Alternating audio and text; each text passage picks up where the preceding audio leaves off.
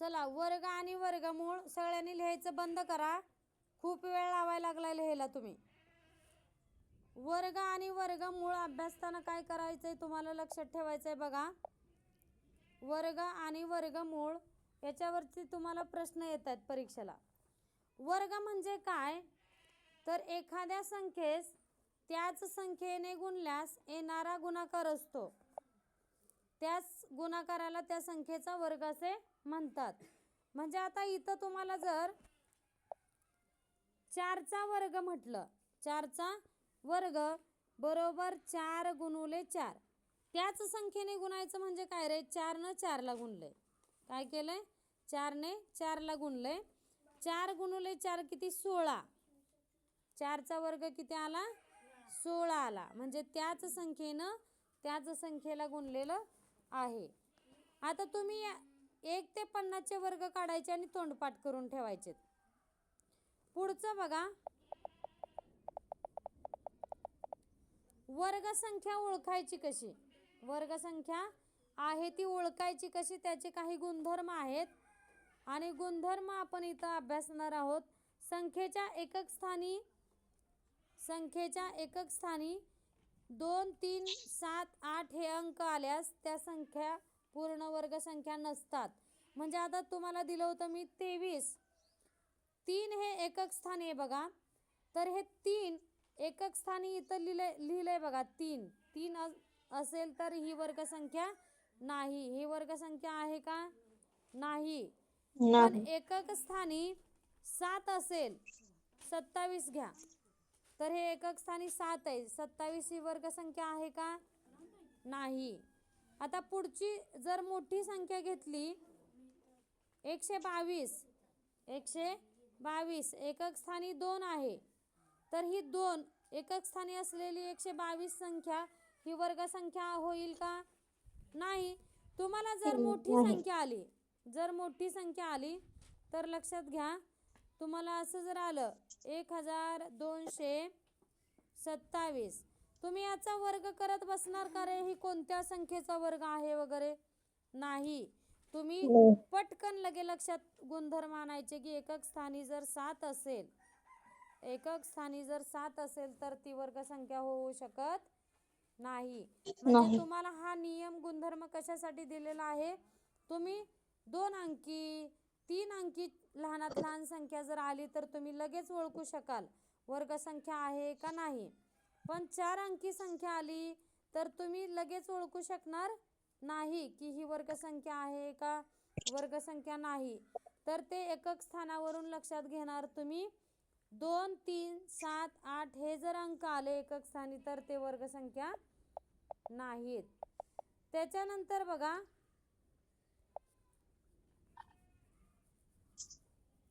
दुसरा नियम गुणधर्म काय आहे, हो,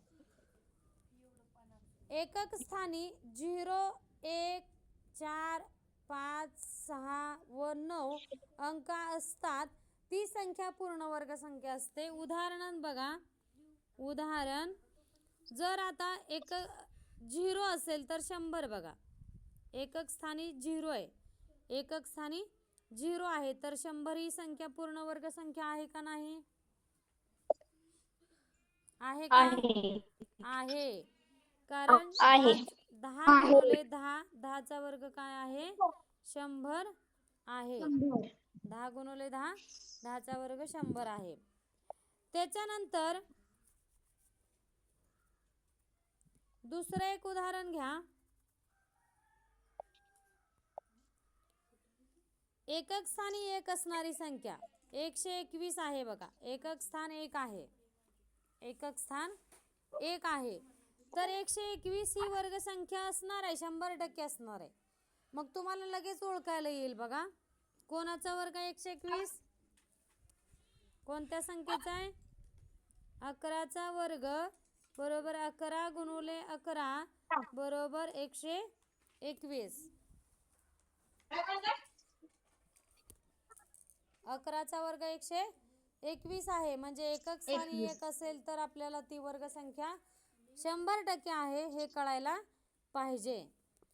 त्याच्यानंतर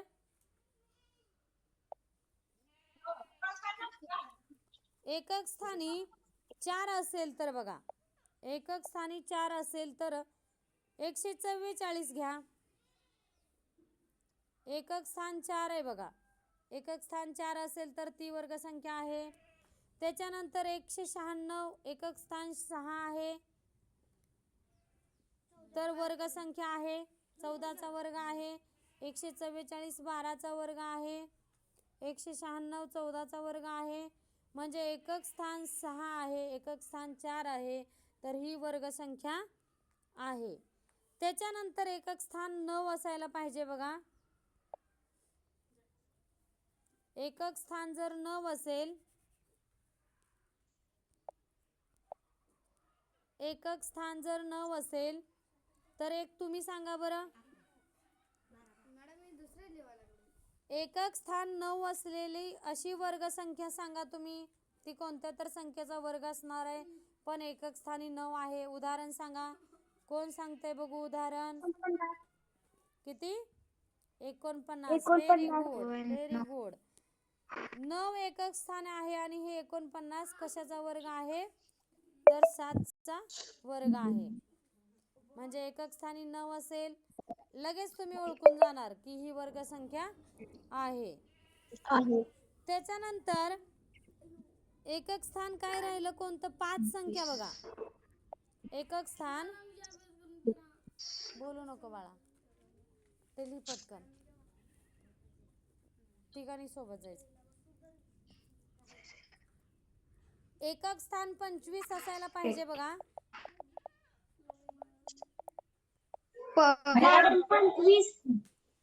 25 एकक स्थान 5 25 आहे. 225 आहे. जर एकक स्थानी 5 असेल तर ती वर्गसंख्या आहे असं तुम्ही ओळखायचं, पटकन ओळखायचं. असं असेल इतकं मोठी संख्या तुम्हाला ओळखायला वर्ग करत नाही बसायचं तर एकक स्थानी 5 आहे तर गॅरंटेड सांगायचं की ही पूर्ण वर्गसंख्या आहे. त्याच्यानंतरचा गुणधर्म काय सांगतोय बघा.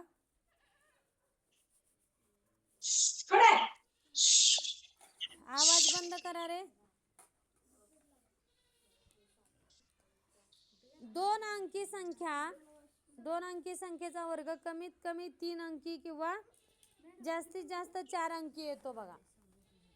सर्वच 2 अंकी संख्यांचा गुणाकार 3 अंकी येतोय असं नाही, तर काही 2 अंकी संख्यांचा वर्ग हे काय येतोय 4 अंकी सुद्धा येतो.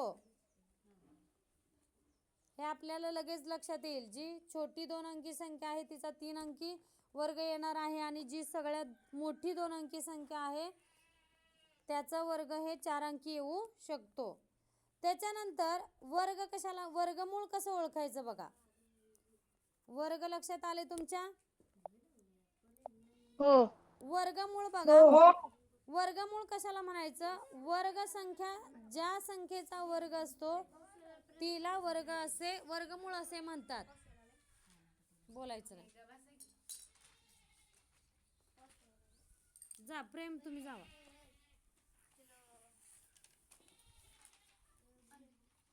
वर्गमूळ कशाला म्हणायचं?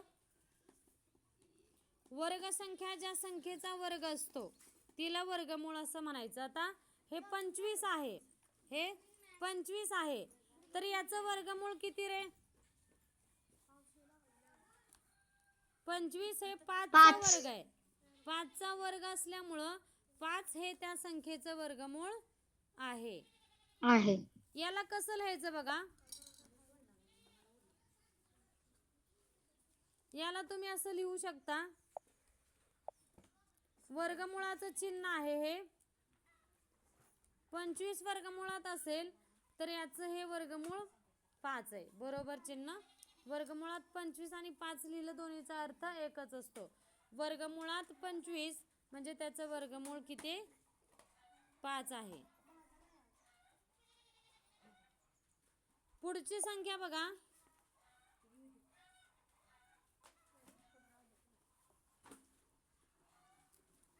तुम्ही ओळखून दाखवायचं. मी संख्या देते तुम्हाला. 124 कशाचा वर्ग आहे रे? 124 कशाचा वर्ग आहे?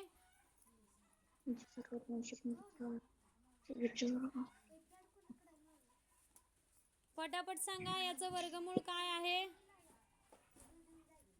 124चं वर्गमूळ असं आठवत बसावं लागतंय, बरोबर का? 1024 कशाचं वर्गमूळ आहे? म्हणजे 124चं वर्गमूळ सांगायचंय. कोणत्या संख्येचा वर्ग आहे 1024?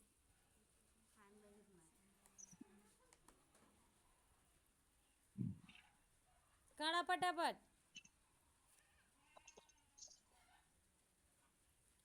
लगेच 30च्या वर तुम्ही उडी घ्यायला पाहिजे, कारण 30चं येते 900. 32. डायरेक्ट अंदाज काढायचा. 32चा वर्ग आहे, म्हणजे 1024चं वर्गमूळ काय आहे? 32 आहे. हे तुम्हाला समजलं असेल, वर्ग कशाला म्हणायचं आणि वर्गमूळ कशाला म्हणायचं. समजलं? हो चला पुढं. हो.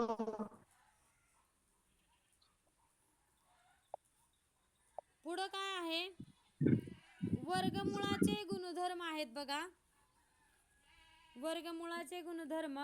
वर्गमुळाचं चिन्ह हे मगापासून तुम्हाला मी असं लिहून दाखवत होते. हे काय आहे नेमकं, कशाचं चिन्ह आहे? तर हे जे आहे ते वर्गमुळाचं चिन्ह आहे. वर्गमुळात 49 म्हणजे याचं वर्ग येईल 7.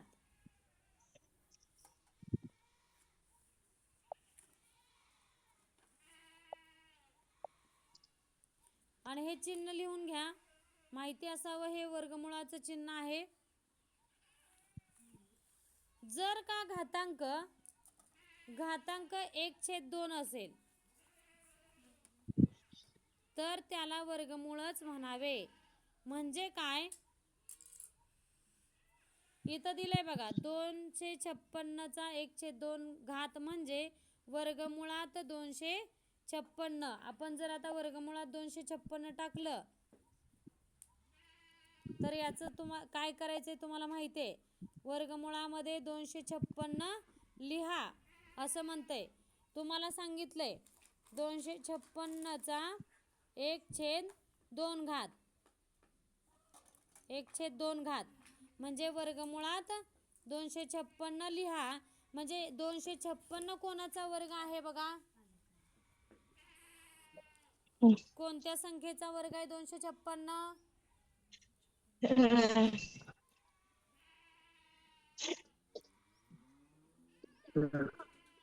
लगेच लक्षात आलं पाहिजे, 225 पासून पुढची संख्या आहे. किमान ठराविक तरी उड्डाण घेण्यापुरते वर्गसंख्या आणि वर्ग पाठ असावे.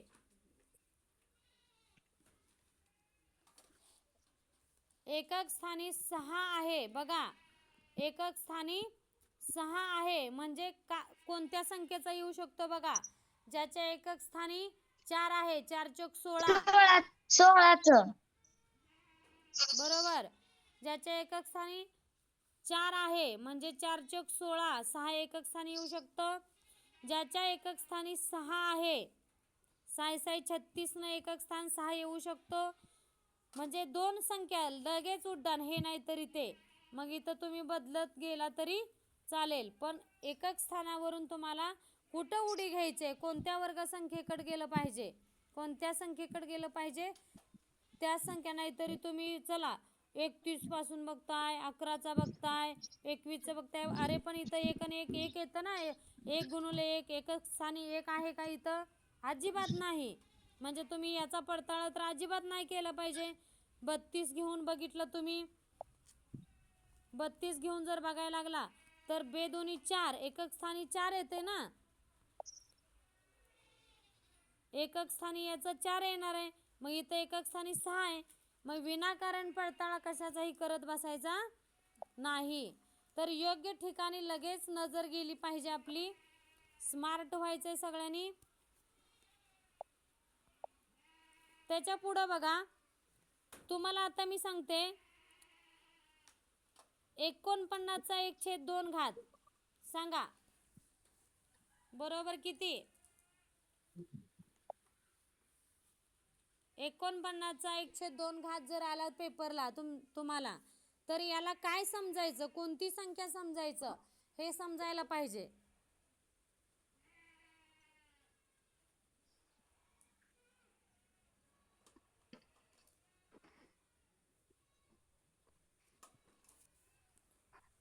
कोण सांगतंय 49चा 1/2 घात? 49चा 1/2 घात कोणी सांगितलं आता? बरोबर आहे बघा.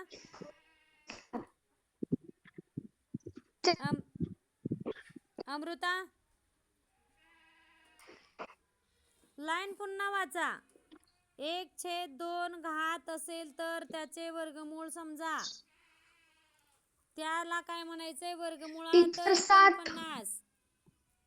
वर्गमुळात 49. 7. बरोबर आहे.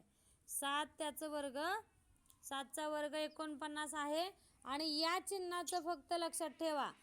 जर तुम्हाला असं आलं, तुम्हाला घात ओळखायला येत आहेत पण ते पूर्ण अंक असल्यास ओळखायला येते. बरोबर. 2चा 1 घात ओळखू शकता, 2चा 2 घात ओळखू शकता, 2चा 3 घात म्हणजे काय ओळखू शकता, 2चा 4 घात ओळखू शकता. पण 2चा 1/2 घात म्हणजे काय हे तुम्हाला ओळखायला यायला पाहिजे. कोणत्याही संख्येचा. 2चा म्हणजे 2चाच नव्हे.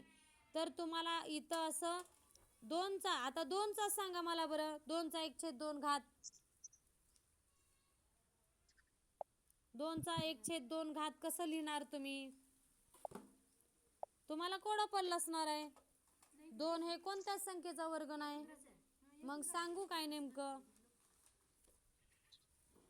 पण वर्गमुळात 2 लिहून ठेवा हे त्याचं उत्तर आहे.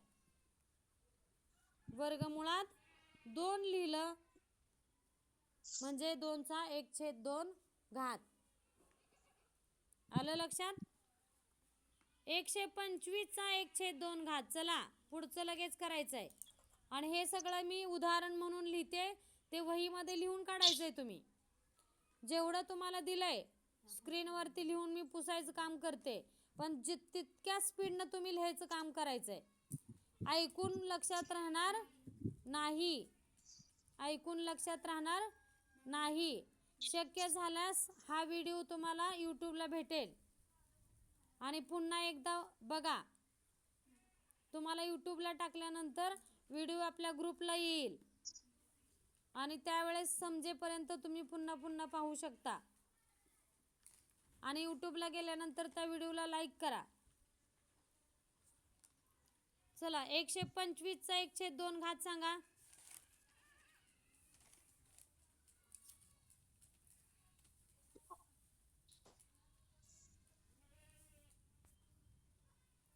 आजचा जशाचा तसा क्लास तुम्हाला यूट्यूबला भेटेल.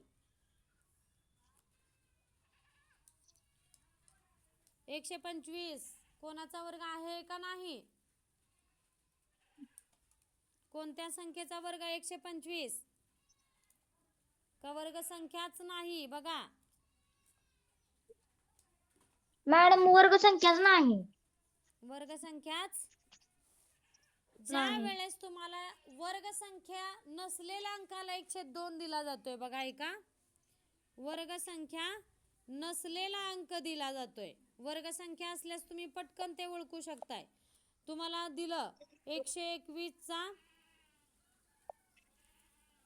तुम्हाला जर असं दिलं 121चा 1/2, तुम्ही लगेच ओळखू शकताय 11चा वर्ग आहे म्हणजे त्याचं उत्तर 11 येतंय. बरोबर. पण तुम्हाला ज्या वेळेस वर्ग संख्या दिली नाही, आता मग मी दिलं 2, 2 ही कशाचंच नाही ना वर्ग, कोणत्याच संख्येचा वर्ग नाही 2. मग काय केलं होतं आपण?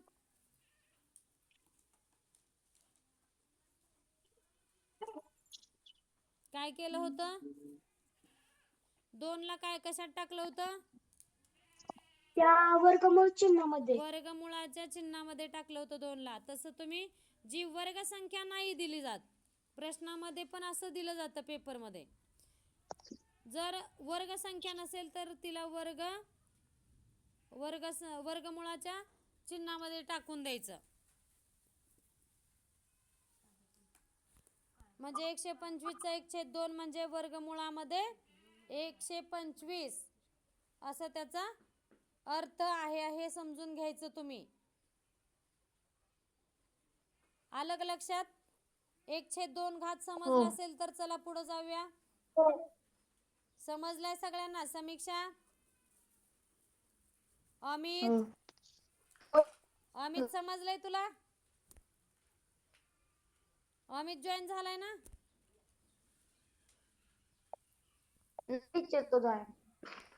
ठीक आहे, पुढं घ्या.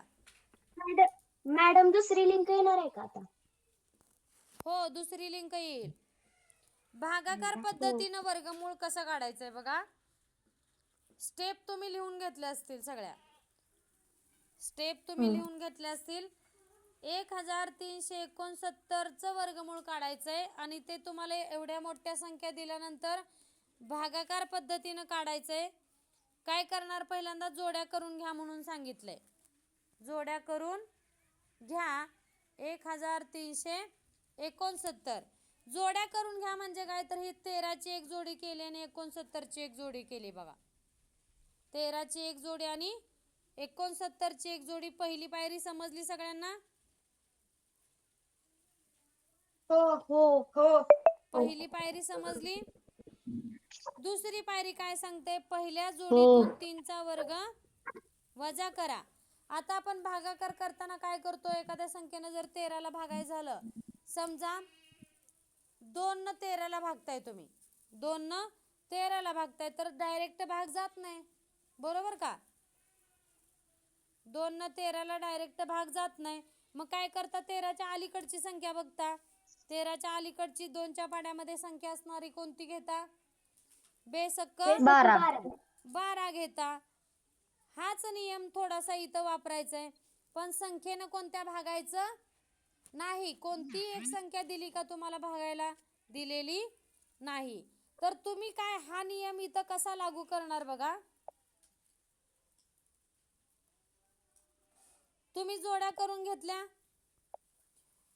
पहिली जी जोडीची संख्या आहे ती वर्ग संख्या त्याच्या आहे का बघायचं. 13 ही वर्ग संख्या नाही, बरोबर?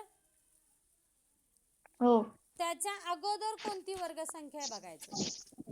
त्याच्या अगोदर कोणती वर्ग संख्या आहे, तर 9 आहे बघा, बरोबर? हो. 13च्या अगोदरची पूर्ण वर्ग संख्या 9 आहे. मग तुम्ही काय करणार, इकडच्या बाजूला 3 लिहिणार. इथं लिहिलंय बघा आणि इथून 9 वजा केलंय. 3चा वर्ग 3 त्रिक 9, भागाकारामध्ये 3 लिहून घेतलं, वरती 3 लिहायचं आणि 13 मधून 9 वजा केलं, 4 राहिलं. 13 मधून 9 वजा केलं, 4 राहतंय.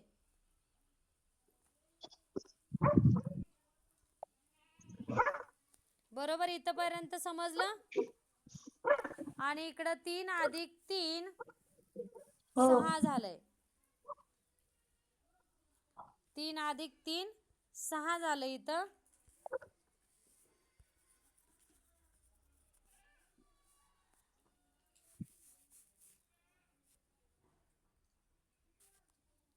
इथं लक्ष द्या तुम्ही. 3 अधिक 3 काय झालेलं आहे, 6 झालं इथं, बरोबर? आणि इथं 13 मधून 9 गेले, 13 मधून 9 गेले, इथं 4 उरले. पुन्हा काय करायला सांगितलं, याची बेरीज केली 3 आणि 3 6. पुन्हा अशी संख्या लिहा. काय सांगितलं इथं, अशी संख्या लिहा की दिलेल्या संख्येने त्याच संख्येला गुणल्यास आलेला गुणाकार वजा व्हावा. तुम्हाला इथं संख्या घेतलेली 7 दिसते बघा. 6 वरती 7 घेतल्यानंतर 7 नच गुणायचंय बघा.